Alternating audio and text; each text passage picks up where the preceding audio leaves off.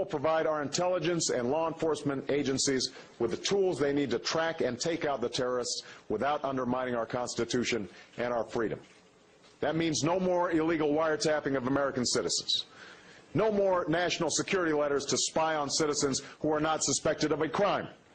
No more tracking citizens who do nothing more than protest a misguided war. No more ignoring the law when it is inconvenient. That is not who we are. Most of the problems that we have had in civil liberties were not done through the Patriot Act. They were done through executive order by George W. Bush.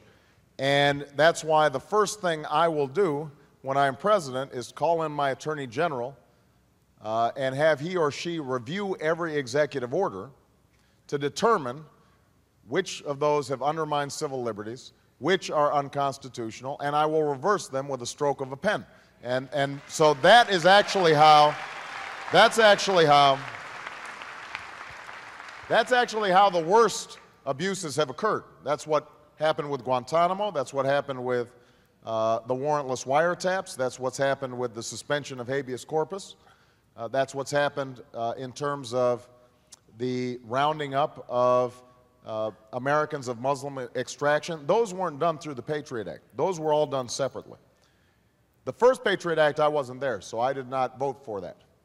The second one, I actually worked with Russ Feingold, who was one of the people who opposed it, to try to amend it to deal with some of its excesses. There were some provisions in the Patriot Act that actually did address changes that needed to take place. And let me give you a specific example.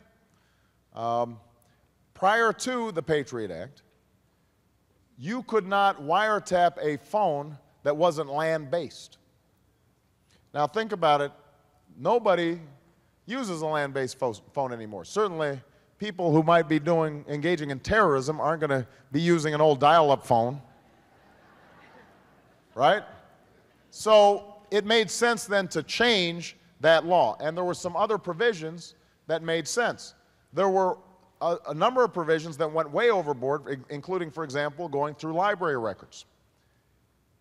We instituted a series of amendments that changed some of the worst excesses of the previous law. Some of the other amendments were blocked by the administration and the Republican Congress. But I want everybody to understand, you know, I taught constitutional law for 10 years. I take the Constitution very seriously. The biggest problems that we're facing right now have to do with George Bush trying to bring more and more power into the executive branch and not go through Congress at all. And that's what I intend to reverse when I'm President of the United States of America. President Barack Obama has signed a one-year extension of several provisions of the controversial counterterrorism statute, the USA Patriot Act.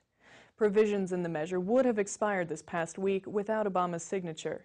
The act, which was adopted in the weeks after the events of September 11, 2001, expands the government's ability to spy on Americans in the name of national security.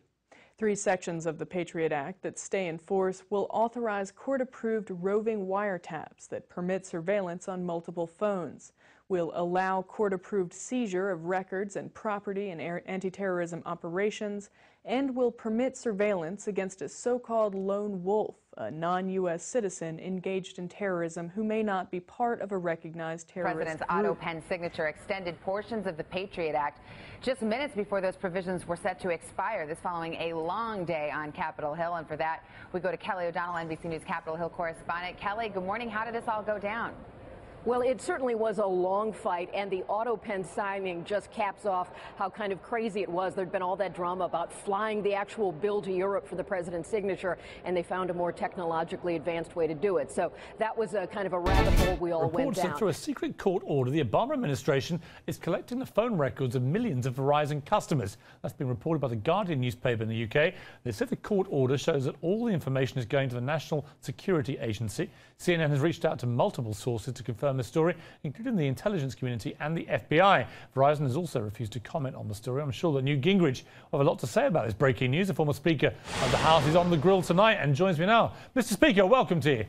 Good to be with you. Let me get your reaction to this breaking story. It seems, well, coming after everything we've been seeing with Eric Holder and his gang with the Associated Press and Fox News and so on, another extraordinary revelation that the Obama administration has been targeting almost all Verizon customers. The problem we have is between the total failure of Attorney General Holder and his team and the IRS scandal and all the other things we're watching, why would anyone trust the government to keep its word?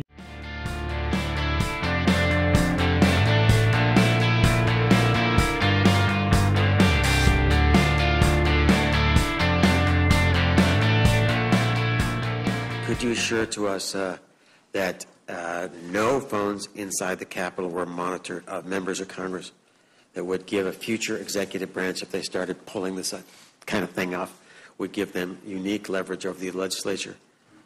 With all due respect, Senator, I don't think this is an appropriate setting for me to discuss that issue. I'd be more than glad to come back in an appropriate setting to discuss the issues that you have raised, but in this open forum, I would interrupt you and say the correct answer would be say no. We stayed within our lane, and I'm assuring you, we did not spy on members of Congress. Director Clapper, I want to ask you about what I asked you about a year ago, and that was the matter of surveillance, and particularly what the rules are the intelligence agency would have to follow in order to electronically track the movements and locations of an American inside the United States. And I asked you about this a year ago, and you said that your lawyers were studying this, and I hope that since a year has passed, we can get some answers to these questions. So first, let me ask the question, if an intelligence agency wants to electronically track the movements and whereabouts of an American inside the United States, how much evidence do they need?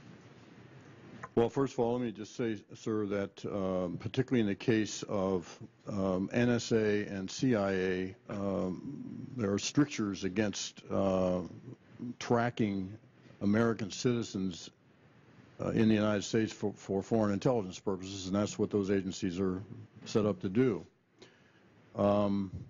I think, though, when I might ask Director Mueller to speak to this, because what you're referring to is, I think, devolves into the law enforcement criminal.